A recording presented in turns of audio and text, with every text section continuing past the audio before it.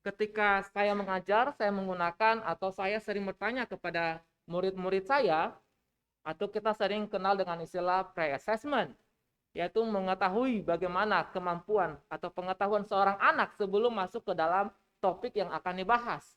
Misalnya, seperti ini di atas, dan ada 3 pertanyaan yang saya lemparkan kepada anak-anak, yaitu what do you know, what do you think, what do you wonder about this picture. Oke, apa yang Anda ketahui, apa yang Anda pikirkan, apa yang membuat Anda merasa heran atau bisa membuat pertanyaan berdasarkan gambar-gambar, berdasarkan gambar satu gambar ini. Kalau misalnya saya melemparkan pertanyaan ini kepada Bapak Ibu, saya yakin bahwa jawaban kita nggak semua sama, tapi juga mungkin ada yang sama. Kalau misalnya saya tanya gitu ya, satu orang saja yang bisa menjawab pertanyaan saya. Apa yang Anda ketahui tentang foto ini, tentang gambar ini? Ada yang bisa membantu memberikan jawabannya? Apa yang Anda ketahui tentang ini di atas, tentang gambar ini? Mungkin pemuda, remaja, silahkan satu orang saja memberikan jawaban. Salah, benar, saya nggak kasih nilai. Apa yang Anda ketahui? Ada? Silakan, Bang Christian. Undangan, betul. Itu yang akan kita bahas malam hari ini. Undangan. Saudara, dari gambar ini, Christian bahkan saya dan kita semua pasti setuju. Ini bicara tentang undangan. Siapa yang membuat undangan? Apa isi undangannya? Dan tujuan undangannya apa? Dan bukan hanya KP Philadelphia atau gereja kita yang membuat brosur seperti ini. Gereja yang lain juga melakukan yang sama. Gereja saya juga melakukan yang sama. Tapi pertanyaannya adalah, siapa yang membuat? Tujuannya apa? Isinya apa? Kontennya apa? Alasannya dibuatin seperti apa? Alasannya apa gitu ya? Ini nggak dibuat secara cuma-cuma. Pasti ada alasannya. Kalau kita tanya kepada yang membuat brosur ini, pasti yang membuat akan menjelaskan kepada kita apa alasannya. Saya juga yakin bahwa Bapak Ibu juga tahu apa alasannya dari brosur ini. Bapak Ibu, malam hari ini kita akan membahas 3 topik itu. Siapa yang membuat undangannya? Isinya apa? Alasannya apa? Tujuannya apa? Mari kita lihat Bapak Ibu di dalam 1 Yohanes pertama ayat 29. Yohanes pertama ayat 29.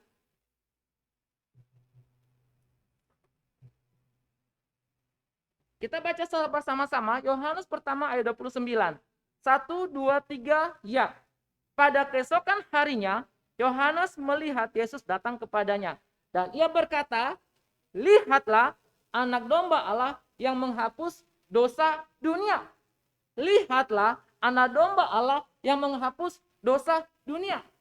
Tema saya ini agak kelihatan lucu gitu ya. Kenapa lucu?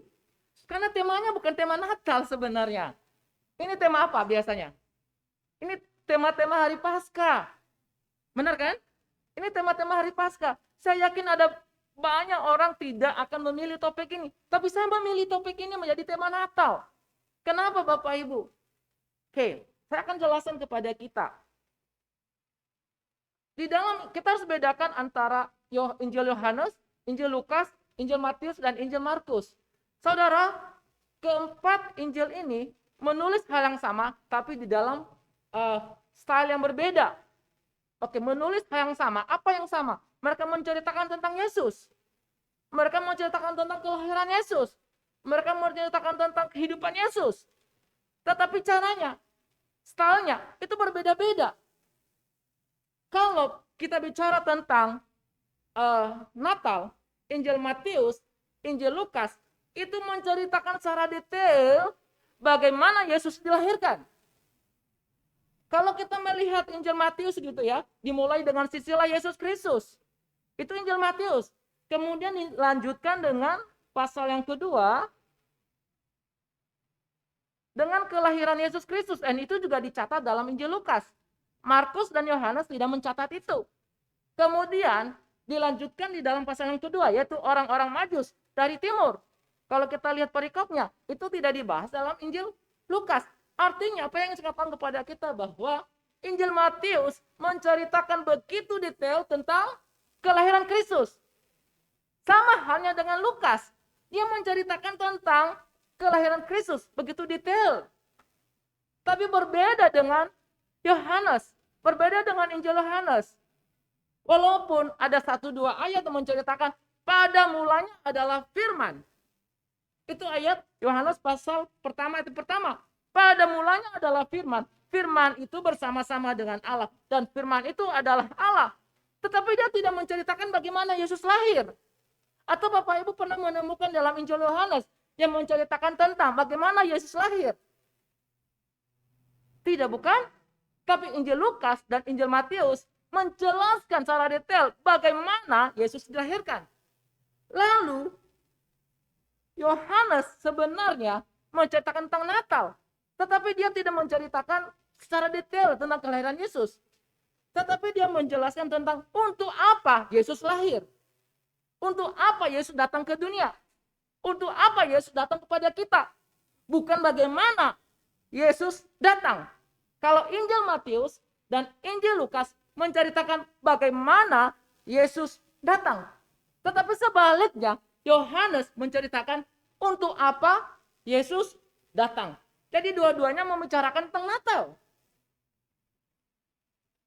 Tema saya adalah tema Natal.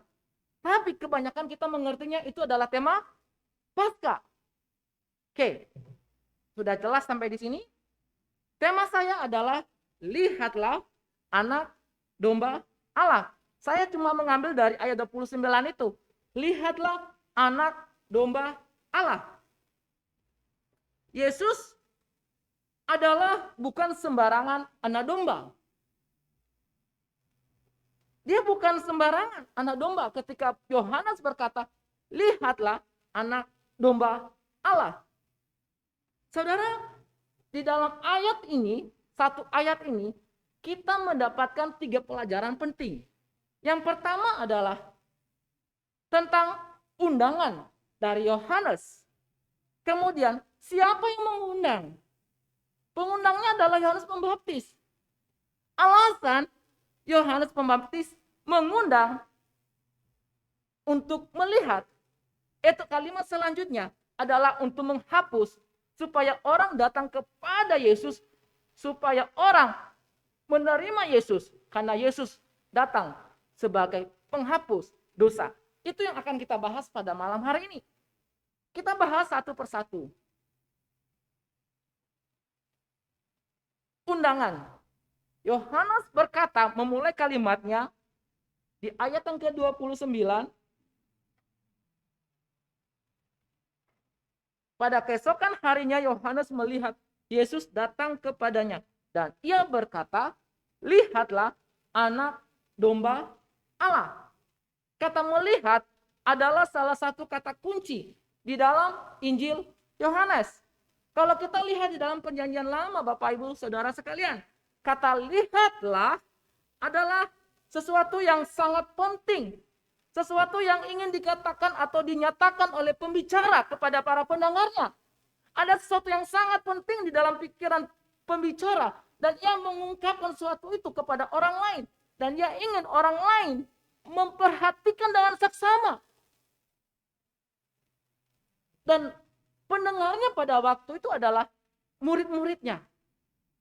Murid-muridnya. Lalu Yesus datang kepadanya, kepada Yohanes Pembaptis. Dan kemudian kemungkinan dari jauh, kemudian di sekitarnya ada murid-muridnya. Lalu dia berkata kepada murid-muridnya, lihatlah. Kata lihat itu menunjukkan sesuatu yang sangat penting, sangat luar biasa. Behold, lihatlah. Dia ingin mengajak murid-muridnya untuk melihat siapa itu yang datang. Lihatlah. Dan itu tidak mengherankan Bapak Ibu. Yohanes Pembaptis sendiri mengajak murid-muridnya untuk melihat Yesus itu. Dan pada akhirnya nanti ya, murid-muridnya itu mengikuti Yohanes Pembaptis atau mengikuti Yesus. Mengikuti Yesus. Bayangkan Bapak Ibu, kalau kita misalnya punya pengikut, kita punya banyak pengikut, lalu kita mengajak murid-murid kita bergabung kepada orang lain. Bapak Ibu mau? Ada banyak saat ini gereja-gereja yang saya pernah ketika saya mahasiswa praktek. Ada satu gereja besar di kota besar. Ada satu gereja besar, banyak jemaatnya. Kemudian di dekat gereja besar itu ada satu gereja kecil. Lalu kemudian gereja besar ini sering memberikan sembako, sering memberikan perhatian kepada gereja kecil. Lalu apa yang terjadi Bapak Ibu? Lama-lama gereja kecil ini makin kecil. Kenapa bisa begitu? Makin kecil. Karena jemaatnya satu-satu pergi ke gereja besar. Karena ada yang memperhatikan. Saudara, kalau itu yang terjadi kepada kita, maukah kita melakukan yang sama seperti itu? Tapi Yohanes Pembaptis, dia udah tahu konsekuensinya. Dia berkata, dia mengajak kepada murid-muridnya, lihatlah anak domba Allah. Lalu murid-muridnya melihat. Ini adalah sebuah undangan, sebuah ajakan kepada murid-muridnya untuk melihat sosok pribadi. Dan bukan hanya sekedar melihat, tetapi dia menyuruh murid-muridnya untuk percaya kepada sosok itu, kepada pribadi itu. Itulah undangan. Saudara, undangan yang diberikan kepada kita adalah sama. Kita diundang Bapak Ibu. Kita diundang untuk datang kepada sosok itu. Dan bukan hanya kita yang diundang, tetapi juga orang lain. Saya mau tanya, siapa di antara kita yang sudah mengundang orang lain? Selain jemaat kita gitu ya. Ada di sini yang sudah mengundang teman kita, rekan kerja kita, atau orang lain. Ini gunanya brosur. Kadangkala pengurus capek-capek membuat brosur. Tetapi kita jemaat sendiri tidak membagikan brosur itu kepada orang lain. Yohanes Pembaptis mengajak orang lain untuk percaya kepada sosok itu, yaitu kepada anak domba. Itulah undangan. Mudah-mudahan di tahun depan brosur ini, maksudnya bukannya saya gitu ya, entah siapa pembicaranya tahun depan, siapapun pembicaranya, ingat kewajiban kita, tanggung jawab kita adalah mengajak orang lain untuk percaya kepada Tuhan. Itu tanggung jawab kita. Amin. Undangan pertama. Yang kedua, siapa yang mengundang? Berdasarkan ayat ini kira-kira siapa yang mengundang Bapak Ibu? Berdasarkan ayat ini, ayat 29. Siapa yang mengundang? Ini jelas-jelas yang mengundang adalah Yohanes Pembaptis. Lalu siapa Yohanes Pembaptis? Mari kita bahas sedikit sepintas tentang Yohanes Pembaptis. Yohanes Pembaptis dikatakan itu lahir pada tahun ke-7 sebelum Masehi. Dia lahir dari keluarga yang sudah lanjut usia. Papanya adalah seorang imam yang sangat terkenal, namanya adalah Zakaria, dan mamanya adalah Elizabeth. Mereka sudah lanjut usia, tapi bagi Tuhan tidak ada yang mustahil. Walaupun sudah lanjut usia, Tuhan bisa memberikan seorang anak kepada keluarga ini. Kalau kita melihat di dalam perjanjian lama Bapak Ibu, ada satu keluarga yang sudah lanjut usia. Bisa dianggap nenek, bisa dianggap kakek, 75 tahun, 100 tahun, Abraham dan Sarah. Secara logika, keluarga ini tidak bisa mendapatkan seorang anak. Tapi bagi Tuhan tidak ada yang mustahil. Tuhan memberikan Ishak kepada Abraham dan Sarah. Apalagi kepada Elizabeth dan Zakaria. Walaupun mereka sudah lanjut usia, Tuhan tetap memperhatikan keluarga ini. Tuhan memberikan mereka seorang anak yang bernama Yohanes Pembaptis. Ketika Yohanes Pembaptis dewasa, dia hidup di mana? Dia hidup di kota. Dia menikmati hidupnya bersama dengan teman-temannya, menikmati habis-habisin duit untuk menikmati masa remajanya. Ternyata tidak Bapak Ibu. Dia hidup di padang gurun. Lalu makanannya apa? Alkitab mencatat, makanannya adalah belalang. Dia Dia minum madu dari hutan. Lumayan, kalau madu lumayan gitu ya, kita cari-cari. Tapi belalang ada yang mau? Itu makanannya Yohanes Pembaptis. Kalau misalnya Bapak Ibu bertanya kepada anak kita gitu ya, nanti kelak kamu mau jadi apa? Pernah nggak Bapak Ibu tanya kepada anak sendiri, nanti kelak kamu mau jadi apa?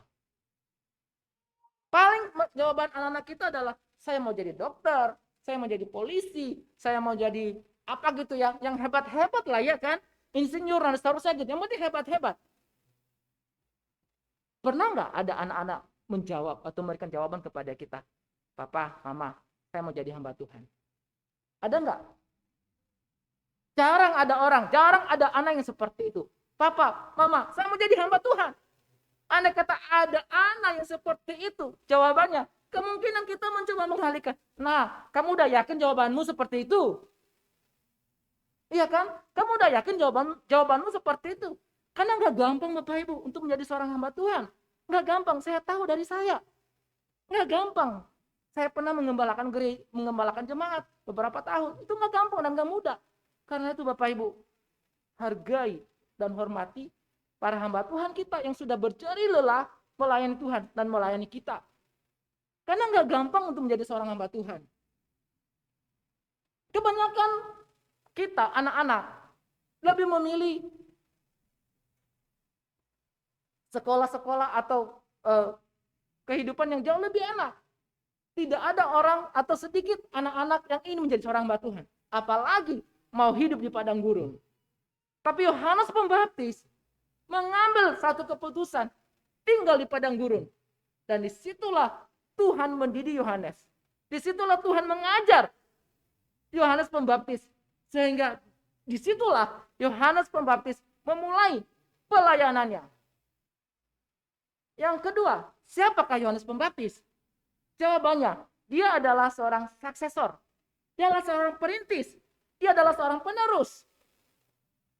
Pada ayat 30 dikatakan, dialah yang kumaksud ketika kukatakan, kemudian daripada aku akan datang seseorang yang telah mendahului aku, sebab dia telah ada sebelum aku. Saudara, perspektif orang pada zamannya, mereka mengatakan bahwa suksesor, penerus, tidak lebih besar daripada pendahulunya. Tidak lebih besar daripada pendahulunya. Mereka menganggap bahwa Yesus datang belakangan. Kenapa Yesus datang belakangan? Karena Yohanes lebih duluan lahir daripada Yesus. Yohanes lebih duluan melayani daripada Yesus. Yohanes membaptis Yesus. Orang berpikir bahwa Yohanes itu adalah pendahulu, Yesus sebagai yang datang belakangan. Lalu dalam konsepnya Yohanes tetap mempertahankan tentang konsep ini, bahwa yang penerus tidak jauh lebih besar daripada pendahulunya. Suksesor tidak jauh lebih besar atau tidak lebih besar daripada pendahulunya. Jika itu yang terjadi, kalau Yohanes datang lebih dahulu daripada Yesus, berarti siapa yang lebih besar? Apakah Yesus atau Yohanes? Saudara, tadi saya katakan bahwa konsep ini tetap dipertahankan oleh Yohanes Pembaptis. Ingat di ayat yang ke-30, dia mengubah konsep orang-orang Yahudi pada waktu itu, bahwa Yesus itu datang belakangan. Dia mengatakan di ayat yang ke-30, Yesus itu tidak datang belakangan, tetapi dia datang lebih dahulu. Ingat di ayat 30 dia berkata, yang telah mendahului aku, sebab dia telah ada sebelum aku. Artinya sebelum Yohanes Pembaptis lahir, Yesus sudah ada. Walaupun secara manusiawi, Yesus datang ke dunia. Dan Yohanes lebih duluan lahir daripada Yesus. Tetapi di ayat yang ke-30, Yohanes berkata, dia datang sebelum aku datang. Artinya, konsep tadi, suksesor tidak lebih besar daripada penerusnya, daripada pendahulunya. Ini menunjukkan bahwa walaupun Yohanes Pembaptis adalah nabi yang terkenal pada zamannya, dia tidak lebih besar daripada Yesus. Kenapa? Karena Yesus telah datang terlebih dahulu sebelum Yesus lahir. Dia adalah seorang suksesor. Yohanes Pembaptis adalah seorang suksesor. Siapa Yohanes Pembaptis? Yohanes Pembaptis adalah mengenal Yesus. Tapi sebelumnya dia tidak mengenal Yesus. Kita lihat di ayat 31. Dan aku sendiri pun mula-mula tidak mengenal dia. Tetapi untuk itulah aku datang dan membaptis dengan air, supaya ia dinyatakan kepada Israel. Sebelumnya aku tidak mengenal dia. Ini gambaran tentang kita, Bapak Ibu. Sebelum kita percaya kepada Tuhan, kita belum mengenal Tuhan. Tetapi setelah kita percaya kepada Tuhan, kita baru mengenal Tuhan. Yohanes Pembaptis belum mengenal Tuhan. Tetapi sekarang dia mengenal Tuhan. Setelah dia mengenal, dia berkata, lihatlah, dia mengundang orang lain untuk percaya kepada Tuhan. Saudara, seringkali kita tidak seperti Yohanes Pembaptis. Kita berhenti di satu titik. Tadinya kita belum mengenal Tuhan, tapi setelah kita kenal Tuhan, kita berhenti di situ. Apa lanjutannya? Yohanes memberikan undangan kepada orang lain. Lihatlah, dia mengundang orang lain. Ini yang menjadi kekurangan kita, Bapak Ibu. Kita hanya berhenti di satu titik, percaya kepada Tuhan, titik, selesai. Oh, tidak seperti itu, Bapak Ibu. Tidak seperti itu.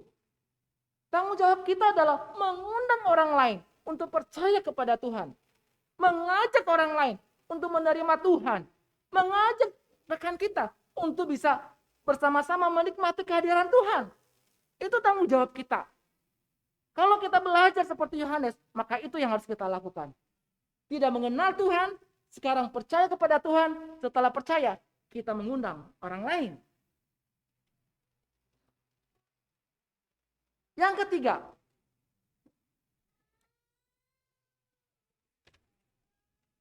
alasan kenapa kita diundang, atau alasan kenapa kita mengundang orang lain. Di ayat 29, lihatlah anak domba Allah yang menghapus dosa dunia. Itu alasannya. Tadi saya katakan apa bedanya Injil Lukas, Matius, dan Yohanes.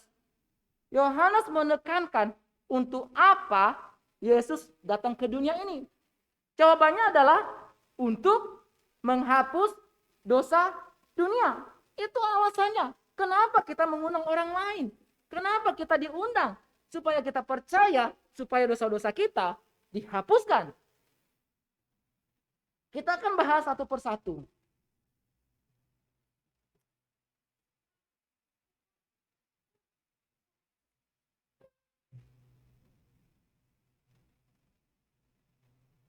Anak domba. Lihatlah anak domba Allah. Siapa itu anak domba Allah? Tentu ini menunjuk kepada Yesus Kristus. Tapi jangan salah Bapak Ibu, istilah anak domba itu banyak artinya bagi orang Yahudi. Kalau kita lihat literatur orang Yahudi zaman kuno, itu banyak pengertian-pengertian tentang anak domba. Ada orang mengatakan bahwa anak domba itu menunjuk kepada warrior, sebagai seorang prajurit. Kemudian ada juga pengertian yang lain. Tapi ketika Yohanes Pembaptis berkata kepada murid-muridnya, lihatlah anak domba Allah itu. Jelas dia menunjuk kepada anak domba Paskah. Ini menunjuk kepada anak domba Paskah. Kenapa saya katakan demikian? Di dalam perjanjian lama Bapak Ibu, di dalam perjanjian lama, anak domba Paskah, ciri khasnya adalah tulang-tulangnya tidak boleh dipatahkan. Tulang-tulangnya tidak boleh dipatahkan. Dan ketika Yesus berada di atas kayu salib, tidak ada tulang-tulangnya dipatahkan. Ini menunjukkan bahwa ketika Yohanes Pembaptis mengatakan anak domba Allah, dia jelas menunjuk kepada Yesus sebagai domba Allah.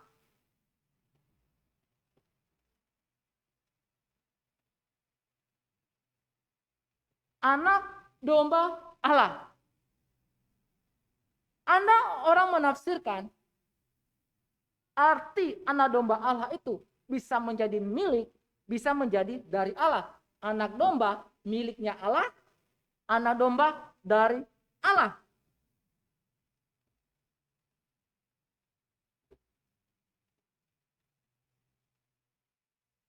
Anak domba dari Allah itu jauh eh, lebih cocok di dalam ayat ini. Anak domba dari Allah. Kenapa saya katakan demikian? Saudara ingat cerita ketika Abraham memberikan persembahan korban kepada Tuhan. Dan korban yang dimaksudkan adalah anaknya sendiri. Korban yang dipersembahkan adalah anaknya sendiri.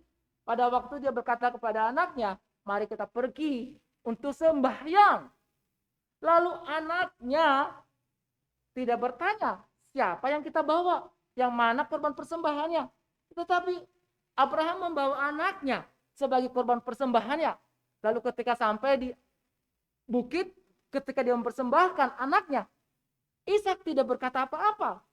Lalu ketika dia memulai mempersembahkan anaknya, lalu Tuhan menyediakan korban yang lain, yaitu anak domba. Anak domba itu dari Allah sebagai korban persembahan. Lalu ketika dikatakan di dalam Yohanes ini tadi yang sudah kita baca, ini menunjukkan bahwa anak domba ini sudah dipersiapkan oleh Allah. Anak domba yang berasal dari Allah, yang adalah menunjuk kepada Yesus Kristus. Kalau kita perhatikan Bapak Ibu, istilah-istilah domba Allah di dalam Perjanjian Lama,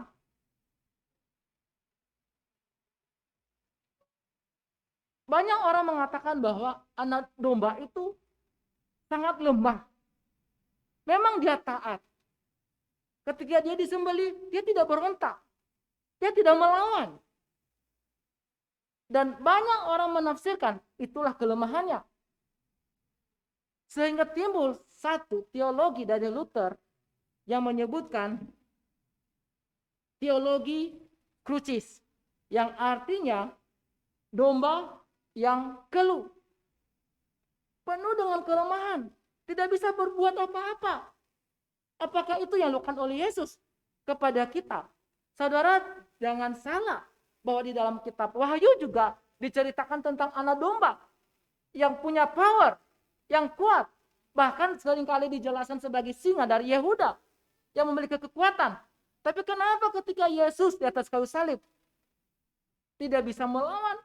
Apakah memang benar seperti itu? Apakah Yesus tidak bisa melawan? Jawabannya bukan seperti itu.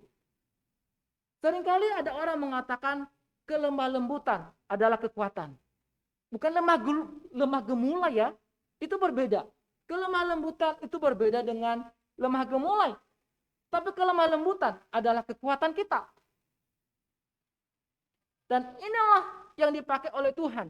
Ketika dia mati di atas kayu salib, dia bisa saja memakai para malaikatnya untuk melawan orang-orang atau prajurit-prajurit pada waktu itu. Tapi dengan kelemah lembutannya, dia tidak menggunakan kekuatan itu. Dia bisa menghilangkan diri di atas kayu salib. Tapi dengan kelemah lembutannya, dengan tujuannya, dengan visi misinya untuk menghapus dosa manusia, dia tidak menggunakan kekuatan itu. Kelemah lembutan adalah kekuatan dan kekuatan kita. Kalimat selanjutnya adalah, lihatlah anak domba Allah yang menghapus dosa dunia. Yang menghapus dosa dunia. Kata menghapus di sini dalam bahasa Inggrisnya diterjemahkan take away. Membawa pergi sesuatu. Take away. Di dalam konsep Perjanjian Lama, atau ada biasanya terjemahan Alkitab Perjanjian Lama dalam bahasa Yunani disebut dengan Septuaginta, biasanya menerjemahkan atau memberikan arti yaitu menghapus tanpa jejak, misalnya seperti itu. Menghapus seperti ini. Saya menulis sesuatu, atau Bapak Ibu menulis sesuatu, atau biasanya anak-anak menulis sesuatu, kemudian dihapus. hilang tanpa jejak. Tetapi kata take away itu berbeda. Memang menghapus, tapi berbeda. Misalnya, membawa pergi sesuatu. Ini adalah hand sanitizer. Lalu saya membawa pergi bersama dengan saya. Ini namanya take away. Jadi sesuatu ini bersama dengan saya. Ini ada jejaknya. Contoh misalnya kata yang sama yang dipakai di dalam Alkitab. Saya kasih 2 contoh. Pada waktu ada seorang yang lumpuh, umur 38 tahun kalau saya nggak salah, kemudian mereka meyakini bahwa ketika terjadi goncangan air di kolam, kemudian siapa yang duluan datang atau masuk ke dalam kolam tersebut, maka dia akan sembuh. Lalu Yesus datang kepada orang ini. Yesus bertanya kepada orang ini, maukah engkau sembuh? Lalu orang ini menjawab, Tuhan, saya udah berapa tahun tinggal di sini. Saya tidak ada kesempatan untuk melompat lebih duluan. Ketika saya mau lompat, orang lain sudah lebih duluan. Bagaimana saya bisa sembuh? Lalu Tuhan berkata kepadanya, di dalam Yohanes pasal 5 ayat yang ke-8 dikatakan begini. Kata Yesus kepadanya, bangunlah, angkat tilammu, dan berjalanlah. Angkat tilammu menggunakan kata ini tadi, take away. Ya, angkat tilamnya, kemudian dia bawa pergi bersama dengan dia. Itu namanya take away. Contoh yang lain adalah ketika Yesus menyucikan bait suci. Pada waktu itu begitu banyak orang jualan di dalam gereja, di dalam bait suci. Lalu Yesus mengusir mereka. Kita bisa lihat di dalam Injil Yohanes pasal yang kedua.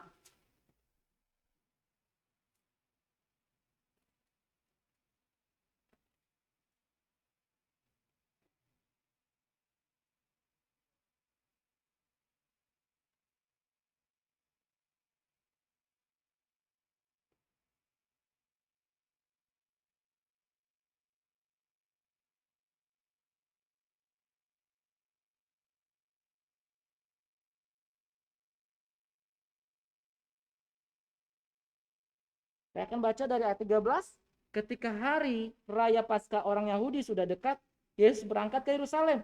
Dalam bait sucinya didapatinya pedagang-pedagang lembu, kambing domba, dan merpati. Penukar-penukar uang duduk di situ. Ia membuat cambuk dari tali, lalu mengusir mereka semua dari bait suci. Dan semua kambing domba dan lembu mereka. Uang penukar-penukar dihamburkannya ke tanah, dan meja-meja dibalikannya. Kepada pedagang-pedagang merpati ia berkata, ambil semuanya ini dari sini. Ambil semuanya dari sini. Kata ambil semuanya dari sini. Ini menggunakan kata yang sama. Take away. Jadi dia menyuruh para pedagang merpati itu. Ambil semuanya ini. Lalu pada para pedagang itu mengambil semuanya bersama dengan mereka.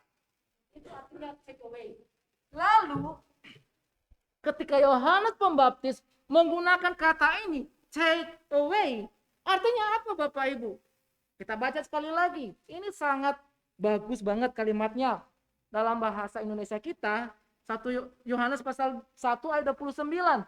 Lihatlah anak domba Allah yang menghapus dosa dunia. Anak domba Allah itu tadi menunjuk kepada siapa? Kepada Yesus. Yesus menghapus. Oke. Yesus take away. Apanya take away-nya? Dia menghapus dosa dan membawa pergi dosa itu bersama dengan dia. Itu konsepnya Bapak Ibu. Dia menghapus dosa itu, dia menghapus dosa kita ketika kita percaya kepada Tuhan, dia mengambil dosa itu, dia menghapus dosa itu bersama dengan dia. Itulah sebabnya Bapak Ibu, kenapa Yesus mati di atas kayu salib. Di dalam konsepnya orang Yahudi, orang yang berbuat dosa yang sangat berat-berat gitu ya, misalnya mereka menghujat nama Tuhan, itu dilempar dengan batu. Dan biasanya itu dihujat, para yang menghujat nama Tuhan dilempar dengan batu bukan di dalam kota, tetapi di luar perkemahan. Dan Golgota itu adalah itu tempat di luar perkemahan, bukan di dalam perkemahan. Dan ini menunjuk kepada Yesus yang seolah-olah dia menghujat Allah. Dia tidak menghujat Allah, dia tidak berbuat dosa, tetapi dia mengambil dosa itu He took away, dia mengambil dosa itu bersama dengan dia. Itulah sebabnya dia dihukum mati di atas kayu salib. Dia menghapus dosa itu. Dan dia mengambil dosa itu. Sebenarnya dia nggak berdosa. Tapi karena dia mengasihi kita, dia mengambil dosa itu. Dia mengambil dosa kita. Bapak Ibu itu nggak gampang loh. Nggak gampang. Pernah nggak Bapak Ibu punya pengalaman berselisih paham dengan teman, dengan rekan kerja? Lalu kemudian bos tahu. Dia bertanya misalnya, kenapa begini, kenapa begitu? Ada nggak teman rekan kerja yang mau membela kita? Ketika dia membela kita, berarti dia menunjukkan bahwa dia bersalah. Jarang ada orang seperti itu. Dia ingin ngomong untuk membela diri. Dan ketika dia membela diri, dia sudah memojokkan kita. Dia sudah menghancurkan kita. Tapi Kristus tidak melakukan itu. Dia tidak bersalah. Tapi dia membela kita. Kita orang bersalah. Kita orang yang tidak benar. Kita yang seringkali memberontak kepada Tuhan. Kita yang seringkali melawan Tuhan. Tapi dia mau mengambil dosa kita. He took it away. Supaya dosa kita diampuni, dihapuskan. Jadi dosa kita dihapuskan, lalu kemudian yang bertanggung jawab siapa? Yesus Kristus. Jelas? Jadi konsepnya berbeda. Walaupun tujuannya sama. Lalu apa yang dihapus? Kalimat selanjutnya, kata selanjutnya adalah dosa. Menghapus dosa. Saudara, dosa yang dipakai oleh Yohanes dalam bahasa aslinya ini mirip dengan dosa yang digunakan oleh Paulus, yaitu sin, S-I-N, sin, singular, tunggal. Sedangkan dalam Injil Lukas penekanannya bukan sin, bukan S-I-N, tetapi sin, S-I-N-S, artinya jamak. Lalu apa bedanya Bapak Ibu? Apakah Tuhan hanya mengampuni dosa-dosa kita yang satu aja atau bagaimana? Bukan itu maksudnya. Tuhan ingin menghapus dosa kita secara totalitas. Tuhan ingin menghapus dosa kita secara totalitas. Ada yang mengatakan bahwa ketika Lukas menggunakan kata sins, ini menunjukkan dosa-dosa secara keseluruhan perbuatan kita sehari-hari. Dan ketika kita berubah, dosa itu berubah menjadi ketika kita berubah di hadapan Tuhan, kemudian kita akan berbuat baik. Jadi di dalam Injil Lukas berbicara tentang dosa-dosa kita secara aktual setiap hari. Tetapi yang dimaksudkan di dalam Injil Yohanes bukan seperti itu.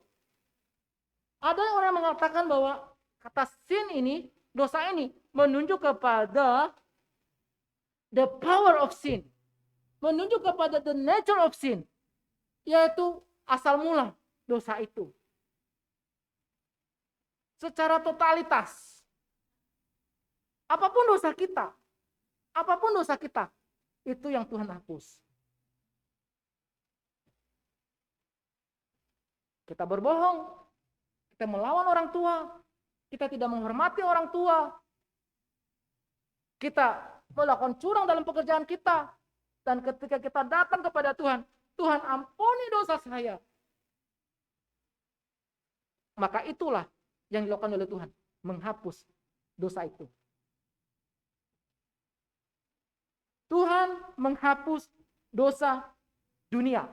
Kata terakhir, dunia. Sebenarnya Bapak Ibu, kata dunia ini dalam Alkitab itu banyak artinya. Kata Yunani yang digunakan adalah kosmos, yang dalam kitab suci mempunyai arti yang berbeda-beda. Misalnya di dalam Kisah Para Rasul pasal 17 menunjuk kepada alam semesta. Yohanes pasal 13 ayat 1 menunjuk kepada bumi. Menunjuk kepada hal-hal duniawi. Misalnya ketika kita memikirkan tentang hal duniawi gitu ya, itu tentang dunia. Kita berbicara tentang orang-orang yang sakit, corona misalnya, berarti menunjuk kepada seluruh umat manusia. menunjuk kepada orang-orang yang tidak menerima Tuhan, menerima Yesus sebagai Tuhan dan Juru Selamatnya. Mereka adalah orang yang tidak percaya. Maka istilah dunia menunjuk kepada itu. Bagi orang Yahudi, dunia itu menunjuk kepada mereka. Dan orang non-Yahudi juga menganggap itu sebagai dunia mereka, menunjuk kepada mereka. Lalu dalam 2 Korintus pasal 9, pasal 5 ayat ke-19, kata dunia menunjuk kepada semua orang percaya atau kepada semua orang Kristen. Lalu apa kata dunia? Apa arti dunia di dalam ayat yang sudah kita baca tadi? Penghapus dunia. Bagi orang Yahudi, Bapak Ibu, bagi orang Yahudi, Yesus atau Tuhan datang untuk menghapus dosa mereka. Hanya orang-orang Yahudi saja. Tetapi sebenarnya yang dimaksudkan oleh Yohanes Pembaptis bukan kepada orang-orang Yahudi saja, tetapi menunjuk kepada dosa-dosa di luar orang Yahudi juga. Kita bisa melihat ketika salah satu muridnya bertanya kepada Yesus. Ketika Yesus bangkit, lalu kemudian salah satu muridnya bertanya kepada Yesus, Tuhan, kapan engkau mendirikan kerajaanmu di muka bumi ini? Menunjuk kepada mereka, diri mereka. Mereka punya pikiran bahwa Yesus itu datang untuk mereka. Tetapi sebenarnya Yohanes Pembaptis ingin menentang pandangan ini. Bahwa dunia yang dimaksud bukan hanya menunjuk kepada orang Yahudi, tetapi juga menunjuk kepada orang non-Yahudi, termasuk kita.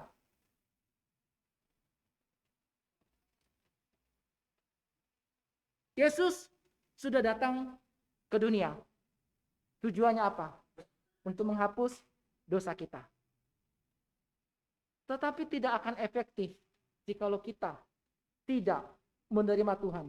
Tidak akan efektif kepada kita kalau kita tidak menerima Tuhan, menerima Dia sebagai Tuhan dan Juru Selamat kita. Dia sudah lahir 2000 tahun yang lalu sebagai anak domba yang berasal dari Allah.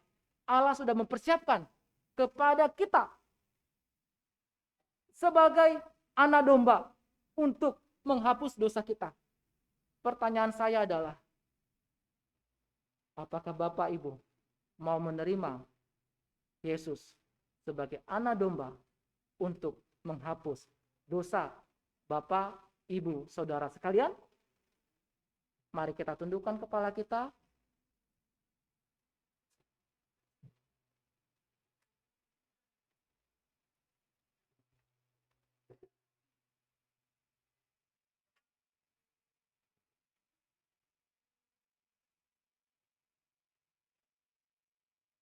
Mari kita berdoa sejenak. Berdoa untuk diri kita. Kita berdoa kalau kita memikirkan 1 tahun terakhir ini, ada banyak kesalahan-kesalahan yang telah kita perbuat. Kadangkala kita tidak taat kepada Tuhan. Kadangkala kita tidak percaya kepada Tuhan. Kadangkala kita mengabaikan Tuhan. Mari Bapak Ibu kita berdoa supaya Tuhan menolong kita di tahun yang akan datang seperti Yohanes Pembaptis yang telah mengenal Dia, mengajak orang lain untuk percaya kepada Tuhan. Itulah tugas kita.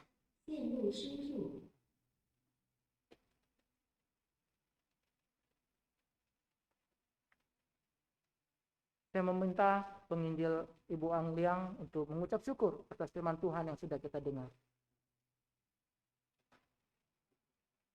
Mari kita berdoa.